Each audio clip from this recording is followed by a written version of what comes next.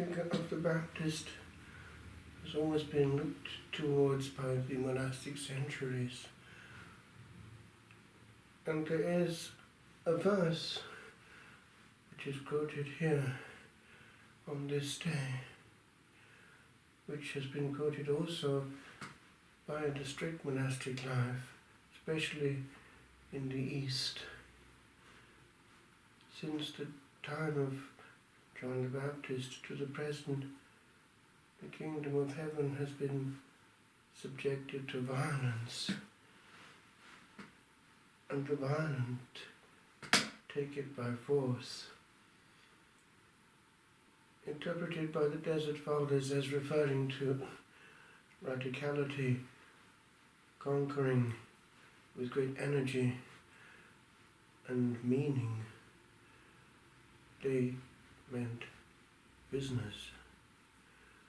And so we have these very severe penances coming in, and people going to the roots of the monastic life, notably complete separation from all that is not God, and concentration of all the energies towards the conquest of the kingdom. It is interesting that in 2013 there was a long exorcism that took place. It was just after Pope Benedict had gone into retirement, and the demon was very pleased, and his plan to bring on a massive schism came out.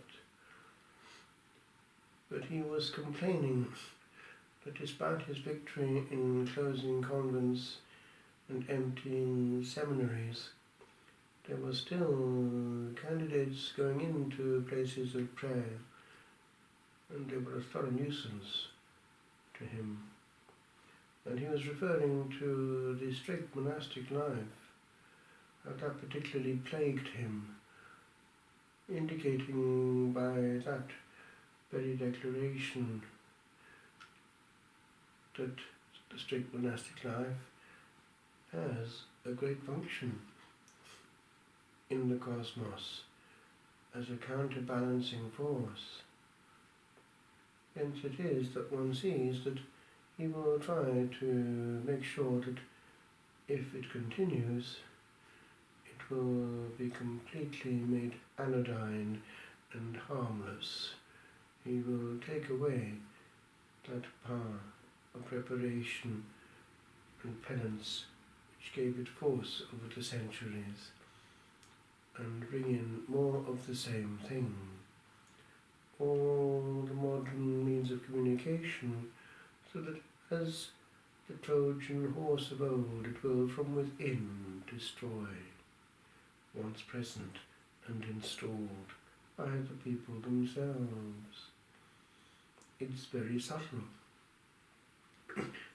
because one does not realize immediately what little things can lead to, bit by little bit, until the structure from within is eroded, and the walls of defense which classically kept out the world no longer keep anything out, but bring in just exactly what is outside, and even more of it because of its effect on the virgin soul. Things have a huge impact on silence, whereas a bit more noise in a world of noise makes little difference. How clever the enemy of the church and of human souls is. And in that powerful exorcism, it also came out how his only power is vendetta. He spends his time making sure his kingdom is as full of candidates as possible, out of pure hatred and envy, and jealousy and revenge. And so his company, invited into the monastic world by bits of the same, is not to be shared willingly. One cannot cohabit with demons and with angels.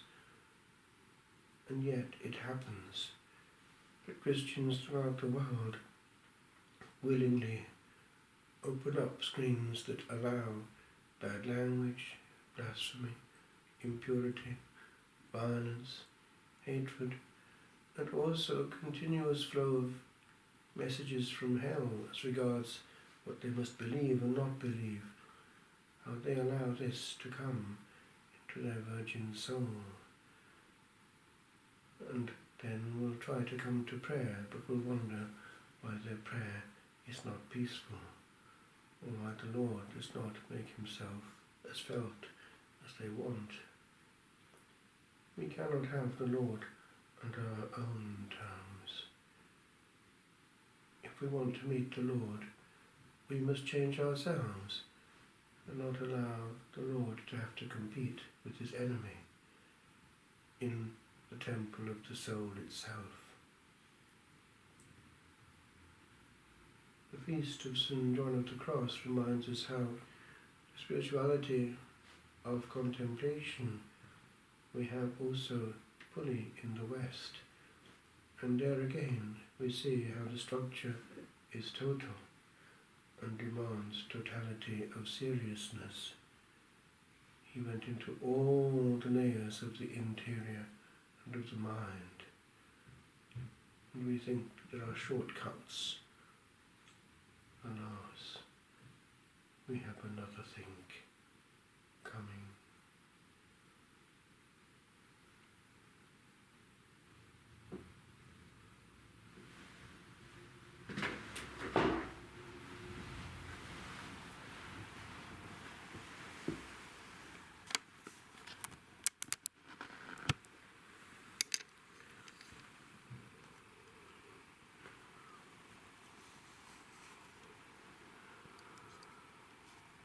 Obi caritas in amor,